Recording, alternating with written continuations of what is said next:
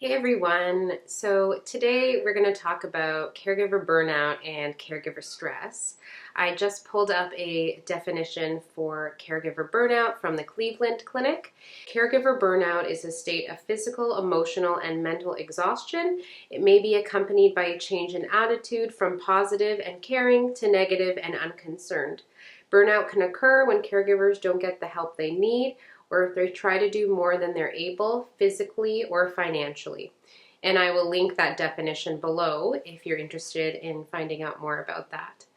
Caregiver burnout is something that I see quite commonly with my clients. My clients are working with caregivers from morning until night and sometimes in the middle of the night as well. And it can be physically taxing, it can be exhausting, and it can be draining. It can take away from the entire rest of your life because you're just focusing on your loved one as a caregiver.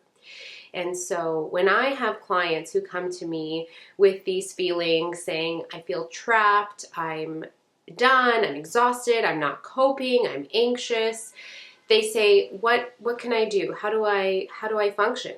And I always tell them that the number one thing is that as caregivers, it's important to take care of you first. And I know that this can be something that people may roll their eyes at me about, or they'll say, how can I take care of myself first? I'm always a caregiver. I'm always taking care of my loved one. But bear with me. It's about making sure that you are in the best possible state, mentally and physically, so that you can perform at your best ability with your loved one. Because you're not good for anybody else if you're in a bad place, right? You can't really do as much as possible if you are sitting there upset, if you are sitting there drained, if you are exhausted. And I mean, this might happen anyway, even if you do take care of yourself as best as possible, but we just want to make sure that you are caring for yourself as best as possible.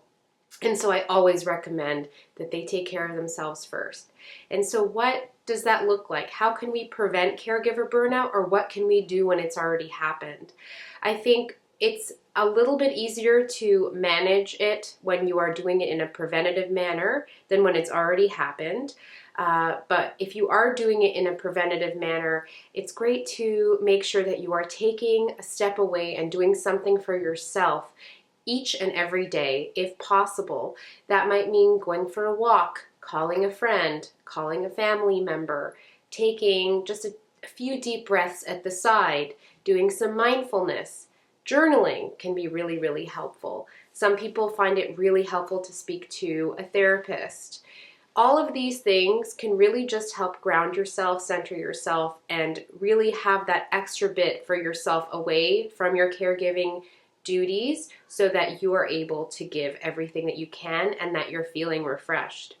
If you are already burnt out, then you're in a pretty much state of shutdown, of panic, and a place where you really need to get out of that so that you're able to be the best caregiver, but also the best person for yourself. And so if you're in that state, if it's possible to get some respite, if it's possible to have someone help you out with your loved one so you can take that step away and recharge, it's really important that you do so. Some of my clients will utilize different locations for respite. So some retirement homes do have respite options where they can take the loved one for a shorter period of time so that you get some time away. If your loved one is too advanced or requires too much care for a retirement home, some long-term care and nursing homes offer respite care as well. And that's something that's important to look into just so you can get that time off, that breath, because stress can build up. And once it builds up, it's hard to get out of it. Of course, it's also really important that you get sleep.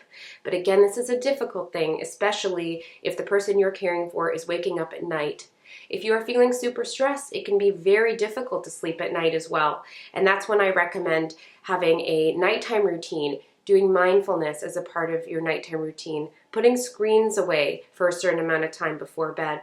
These are all things that can be looked up online. There's a lot of research done on there.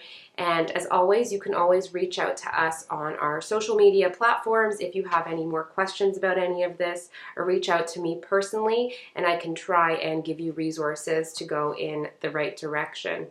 So I hope that that was helpful in terms of caregiver stress and caregiver burnout. And if you want to discuss more, again, feel free to reach out to us. And it's nice to have you here. And I'll see you soon. Bye for now.